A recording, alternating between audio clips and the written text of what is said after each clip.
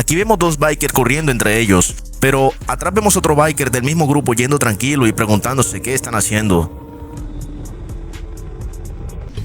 Esta pareja de bikers al parecer tiene un problema con la pata de la moto, o como le llamen en tu país.